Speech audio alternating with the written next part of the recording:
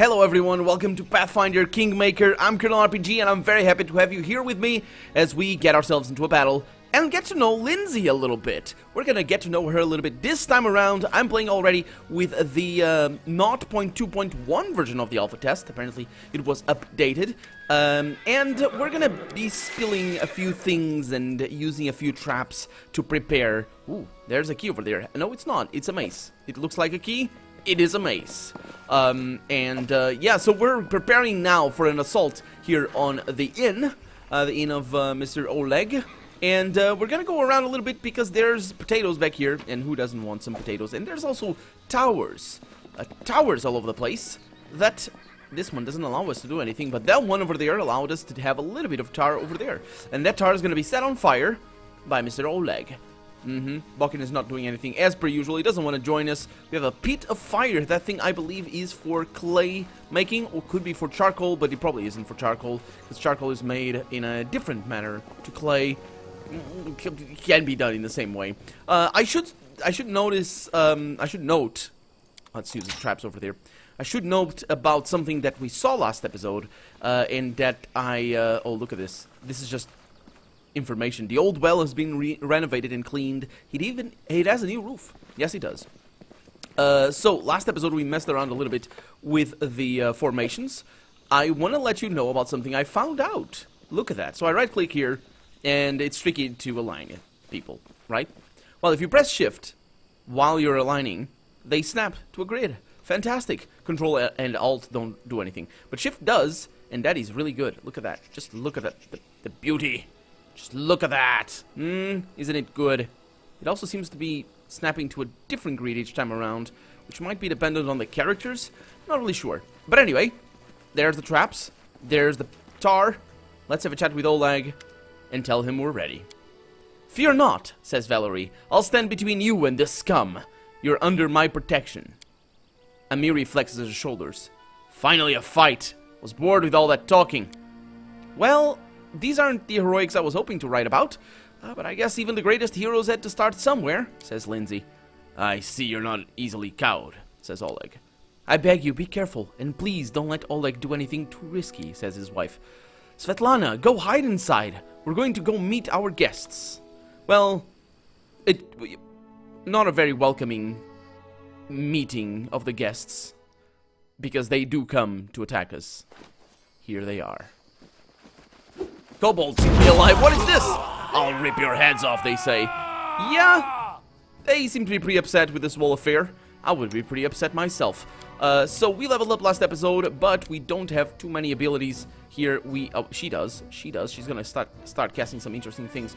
So we have bandits that... Oh, no, these are dead bandits. Right. So they're attacking him. I'm gonna try and attack him in this way, and I'm gonna have her do the rip 'em all! The charge over there. I'm gonna have you do ear piercing. Oh yeah, I wanted to try out the hideous laughter. Let's see how that works. I want to hear it. I want to see if something happens. And I'm gonna get the charge over there. Hopefully nobody will die. They can die. Oh, there's more of them back there. Traps working. Oh, that was just... we didn't hear any laughter. Okay, we have Amory over there. Let's have you guys focus on that. No, actually, let's have you focus on that. And you focus on that. You're doing some fighting. You're doing some fighting as well. Amory is probably about to be hit very seriously. That is not good. We do have a healing spell over here ready for that. Let's try and heal her. Let's attack you. And you're attacking that, and we should be okay here. You're dead already, so let's move in. This won't kill me. It will not for right now, but it's pretty nasty. Don't attack him. Oh, that guy's dead. Okay, attack. No. Attack him, and you attack him. Let's see if she dies. She does. Okay, I'll survive. She will. I always survive. She will. So I clicked on a guy that was dead already. Oh, she's up again. Why? What happened there? Slowed, fatigue. Oh, because she got healed. Okay, so how this works is apparently there's some sort of negative vitality, which means basically if you get knocked down, you start losing another little bit of vitality. that that is applied after you die. But yeah, Amory is pretty weak in regards to, you know, health. But we got this done. That was okay. Let's loot. And these guys have some interesting stuff. They have some studded leather armor. They have treasure in general. We have a composite longbow over there. And a cloak of resistance. Apparently you're gaining special items that I didn't gain on my stream. Good. I like that. At least I don't remember getting the cloak. Maybe I did. Maybe I did. I don't know. Okay. Get all of that over there. And we got more treasure. That thing over there cannot be activated. Ooh, an empty tar pot. An empty pot of tar. I said tar pot. That's a different thing. Yeah, apparently now you can click that. Maybe it was patched with the latest version. I don't know. Let's have a chat with Oleg. Oleg is breathing heavily, but he shakes his fist in the air menacingly. You rats got what you deserved. Now they'll know better than to treat honest people like cattle. We should call Balkan out before he freezes in those bushes. Now, my lord, head on up to the guest rooms and on the second floor. You deserve some rest after such a battle. I need to, clean things up. And this is for your efforts. Now, don't offend me by trying to turn it down. Just take it. An honest fight deserves an honest reward. If that were common practice in this world, I think life would be so much better. Yeah, my life in particular, because I'm an adventurer. Let's see where Oleg is. In that bush. Where did he go? I do wonder if I can do anything about Oleg. Maybe outside? Maybe. Let's give it a try. Let's give it a look outside. Because, oh, are we slowed down? Are we sneaking? Did I press Alt? Or, no, it's that button over there, stealth. They're a little bit slow, aren't they? Is it just me? Haha. What's going on? I'm opening my inventory here. There we go. Yeah, there's no weight limit or anything. But I can't do anything there anyway. Yeah, it probably is the tar. Yeah, right there. Right there. It's the tar. I wasn't paying attention. My bad. And they're all gonna be... Yeah, they're all gonna be slowed down. So let's go inside. You can actually, if you're playing the this demo, basically, you can actually sleep and bypass all this stuff. That's what I did on stream by mistake. But now we're here, Svetlana, and we're getting a proper introduction to the inn. Hi. I'm glad it's all over, even if there was a fight. We'll talk tomorrow once I've finished working. Yes, we will. Can I take your stuff? Thank you. You're amazing. And your potatoes. You were even more amazing. Potatoes are the best. Well, second best, because cheese is the best. So let's go upstairs. And, yeah, we have some containers over here. That one is locked. I don't know why, but I think maybe it's... I don't know what's going to happen, but I think maybe it's... This is kind of our refuge, and these are just storage for different people. So got a potion of vanish, silver disc over there, and a silver ring. Just things for us to sell, and a scroll of ray of enfeeblement.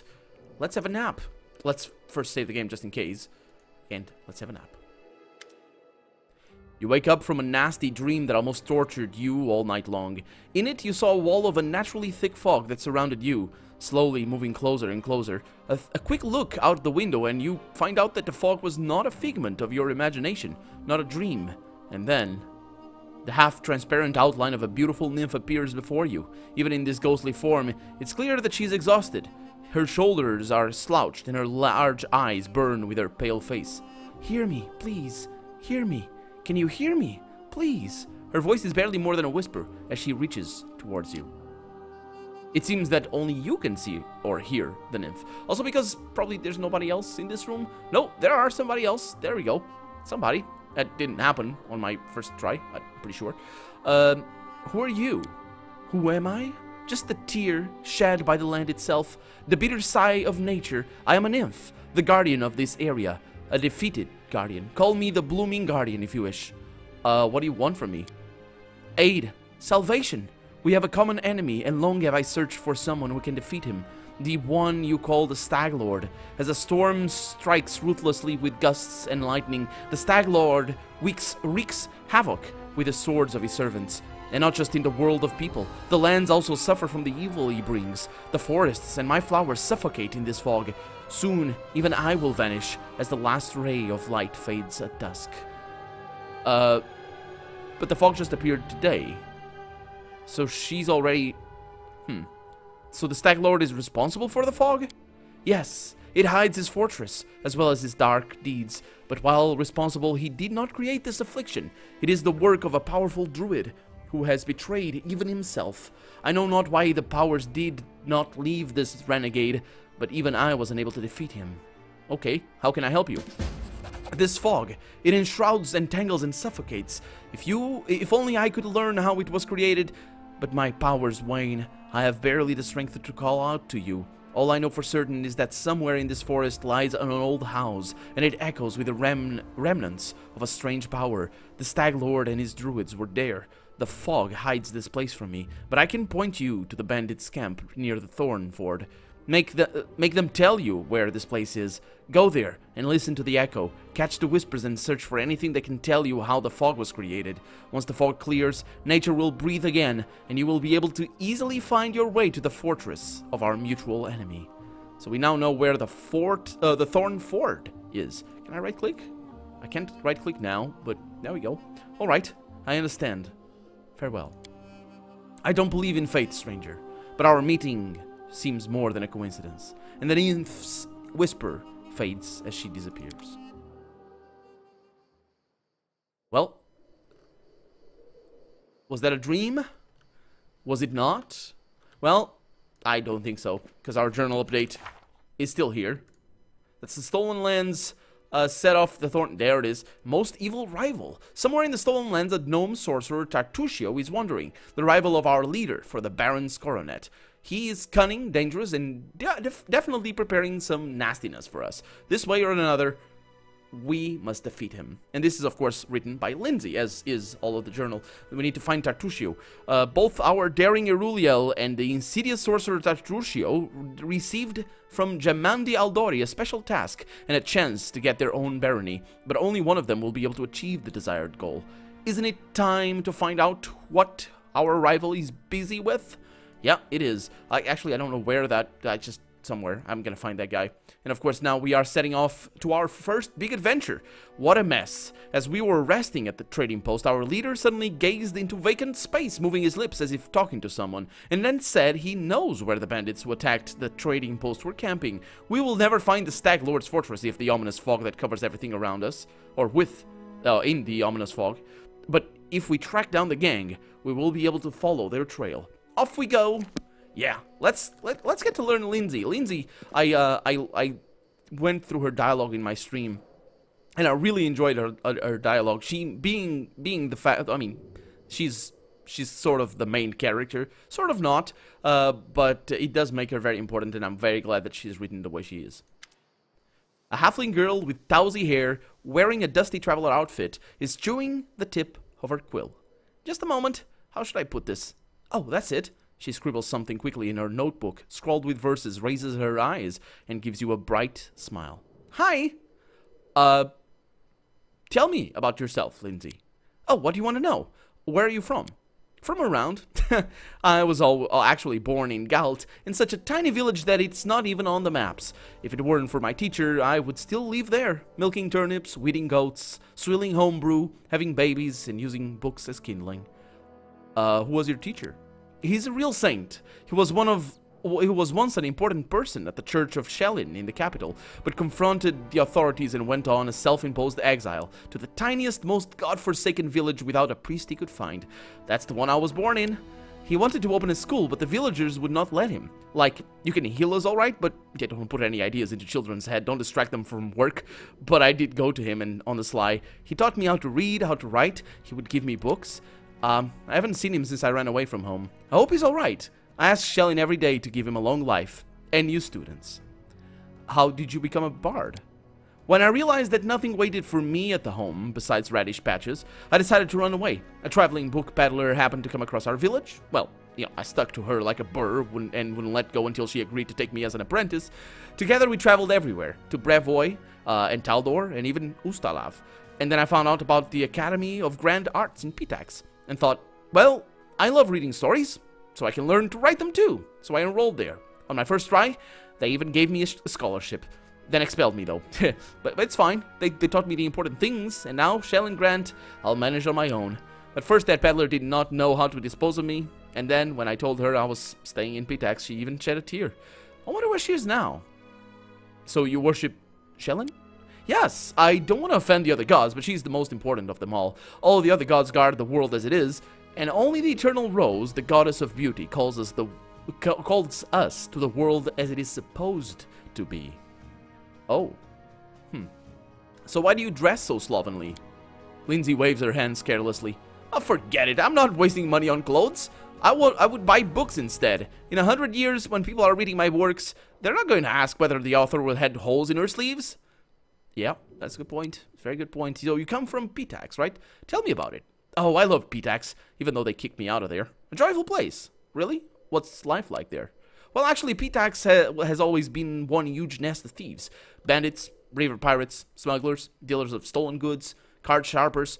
It has always been a home for all of them. But it was before Irovetti became king. With him, a whole different life began there. You know, Irovetti always had wanted to make history, but not as another crowned bandit. Although this is what he is. But he wanted to be glorified through the centuries as a great patron of the arts. He built an academy of grand arts and spent lots of gold to get the best artists, poets, musicians there. Of course, the best ones did not go there, but he got what he wanted in a way. If before him Pitax was just a booze barn for thieves, under him it turned into a cabaret. So what can you say about King Irovetti? He won his crown in a game of cards. This alone says much about both him and Pitax. Fiendishly clever, some cheats I know told me that the moment he appeared, he started to pull off some such things that the old city masters just scratched their heads. With him, gold flooded to Pitax. And also, he's an incredibly, unimaginably, fantastically decadent and conceited person. I believe that's how it should be said right there. Getting drunk at a pub with whores. This is not about Lord Irovetti, no. Dressing up like a male personification of Calistria with a golden codpiece and holding a 3-week orgy involving dancing on the rooftops, a parade, public executions and a contest for the best ode to the great and unparalleled king. That's more like him. He also likes singing, and he orders his guards to make citizens gather for his shows. Let Shellen have mercy on his listeners. Take it that she was one of them. So tell me about the academy you studied at. You know, jokes aside, I'm thankful to Irovetti for building it, but he has no taste at all, whatsoever. He loves his art loud, bright, grandiose, and most importantly, glorifying his royal majesty. He dismissed the best graphic artists because he did not want to spend money on some gray scribble, gave the sack a masterful flute player from Tianzia for playing too quietly, and instead ordered to open a kettle drum class. He even ordered to expel me, and for what? For an innocent limerick? Yeah, I don't know if we're ever gonna know what her limerick was. Would you like to go back to the academy, though, and finish your studies? I would like to return on one condition. If they threw out 3/4 of those who teach there, now, and returned all those they banished. If you ask me, I'm proud to have been expelled. If my art was to Irovetti's liking, then I would have a reason to be ashamed. While mediocre lick-spittles sit at the academy, the real talents beg on the streets of Pitax. I'm not crossing the threshold of this place. Okay. Well, let me ask you something else. Tell me about the book you're writing. Oh, what's that to tell? This is a book about you and your adventures. I'm writing the whole truth. As it is. Well, the whole artistic truth, you know. No glory, no story. Okay, so why are you writing it? What's the point?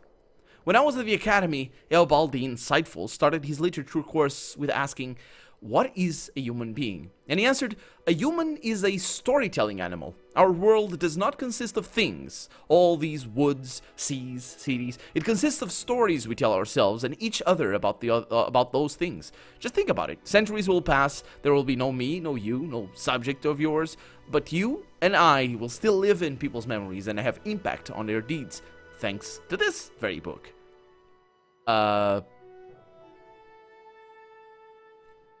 So I didn't choose this one, but I'm gonna go through all the lines. I don't think these matter, at least not for right now. These ones don't, but I didn't choose this one. Let's go with this one. No offense, but your turn of phrase is not very good.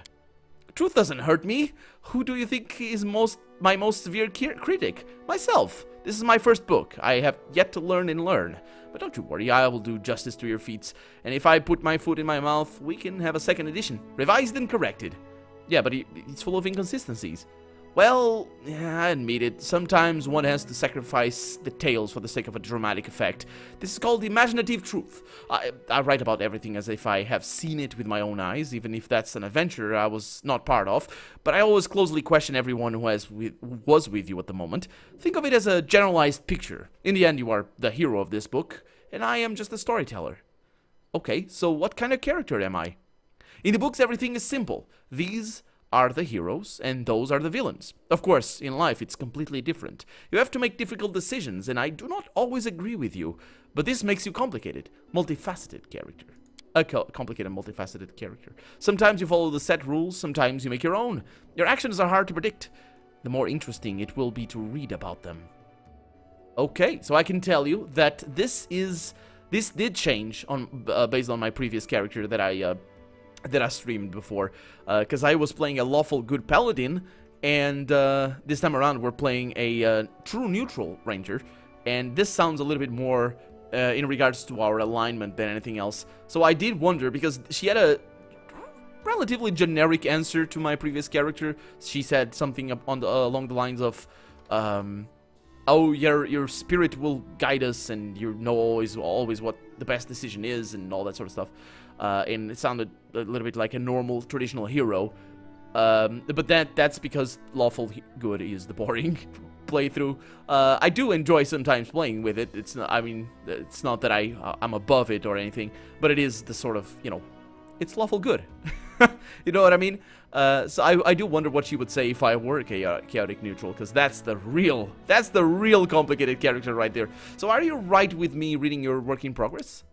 Well, these are only drafts, but of course you're welcome to read them. But keep in mind that even if you don't like what I write about you, I will not change a single letter. Don't even ask. Of course, it's a book about you, but it's my book. Do you understand? And the short writer's eyes glow. Okay, I said before that I was going to try and shift a little bit from the neutral stance that I have. We have 7 options over here. Apparently we can go with a neutral good, which is what I wanted. Oh no, yeah. Which is what I wanted. I'm probably gonna go with the chaotic good over here. I'm gonna try and shift my alignment over here because I want to see something. I want to see if they, how they do the interface. So, write whatever you wish. I believe you will not defame me, or let alone overpraise. Oh, thank you for your trust. I know you will not. I will not try to please you, of course, but I still hope that you will like my book no less than other readers. Well, it all depends on me, doesn't it? Not so much on your book. Okay, let me ask about something else. If you tell her to leave, she doesn't leave. She's a saint. No, I don't. You're stuck with me. Yeah, I have to go. Just don't leave without me. Of course, I can just write it as you tell me, but if I wanted to stay in a dusty room, I would still sit the lectures out at the academy. Yeah, I know. So let's see how my alignment changed. Oh, it is changing a little bit. That's really cool. I really like this. Because how it stood in the Paladin is that I had it over there, and I made like 4 lawful good decisions. And yeah, we're shifting ever so slightly towards neutral good over there. Casting a pretty balanced effort towards there. And yeah, he just stood there in the middle of the LG, so it kind of looked weird, because it had a... Like, this one looks a little bit weird, to be honest, with a TN, because that's true neutral. But there we go. That's good enough. Let's go around and have a chat with everybody else. Hey, Svetlana. How's it going? Oh, good day. Hope you're feeling all right after that battle. I can't thank you enough for what you've done. I definitely don't want to waste your time, but if you have a moment, I have a request. Sure. What did you want to ask me? This is a very personal request and maybe not important enough for your time. I'll completely understand if you say no, but the first time the Stag Lord's thugs came here demanding money, they also took my wedding ring. Just tore it off my hand. It's just a trinket, really, but it meant so much to me. I remember every moment of the day all that came to me. That ring in hand, to ask if I'd marry him. I was just standing in a fancy dress on the stairs of my father's home, fearing that I'd misheard something or that I'd say something stupid and everyone around would laugh. Svetlana interrupts herself, shaking her head gently. If you happen to find my ring among the bandits' possessions, please bring it back to me. It's easy to recognize. My name is engraved inside the band. And she drops her eyes, lowering her voice. There is one more thing. Among the bandits, there's a dark-haired woman who wields dual axes. She's not bad in a fight. In fact, she can be extremely dangerous and cruel. But please, I beg you, show her mercy if you have a chance. Why? I can't ask her that, but I can't promise anything either. That if I do come across your ring, I'll return it to you. I understand. I appreciate any effort you put into it. So, what can you tell me about the Stag Lord? Oh, he's not just some average bandit. If no one puts a stop to him, he'll turn the stolen lands into his personal kingdom. A kingdom of fear and oppression. Well, it would be a kingdom of lawlessness. Once I have dealt with the Stag Lord, your life will improve. Oh, I can't thank you enough for the hope you've given me. But please, be careful. The Stag Lord is extremely dangerous. Yep. So tell me about yourself. How did you and your husband find the courage to establish a trading post in the stolen lands? Oh, it was Oleg's idea, though I suppose I supported him in it. We didn't realize how dangerous it was here, of course. In Restov, everyone respected the sword lords, and everyone is accustomed to relying on them. Even the mention of someone like Lady Jamandi could be enough to fend off a street thug or some other trouble. It could maybe even work in some places here, but not in the Stag Lord's men, or not with the Stag Lord's men. Yep, well, I have to go. Okay, let's go outside. We don't really have anybody else in here. We only have Lenzi having a little bit of a rest, and it's still nighttime, which is kind of weird. What time is it right now? Oh, it's really late. I mean, really early. How is is it real time? It seems to be real time. I don't have the game paused. Oh, it is real time. That's awesome. That is awesome. I do hope they add a feature to wait, though. If it is real time, then I do hope they add a feature to wait. When I mean real time, I mean the time is not compressed. And I really enjoy that. No, there he goes. Well, it's just how it is. Maybe it's just very slow, or maybe it just was the turn of the minute, because I do babble for quite a long while. And we have Amiri over there, and we have over here Valeria. What's her name? Oleg, Balkan. Hey, Balkan, how's it going? Where's my other friend? Oh boy. Ah well, I'm gonna look for her off camera because we're out of time. So yeah, for right now, I'm Colonel RPG, and this has been Pathfinder Kingmaker. I really hope you've enjoyed it, and if you did, go ahead and leave a comment, like the video if you enjoyed the video, but above all, thank you so much for watching, and I hope I'll see you next episode. Bye-bye. Where in the world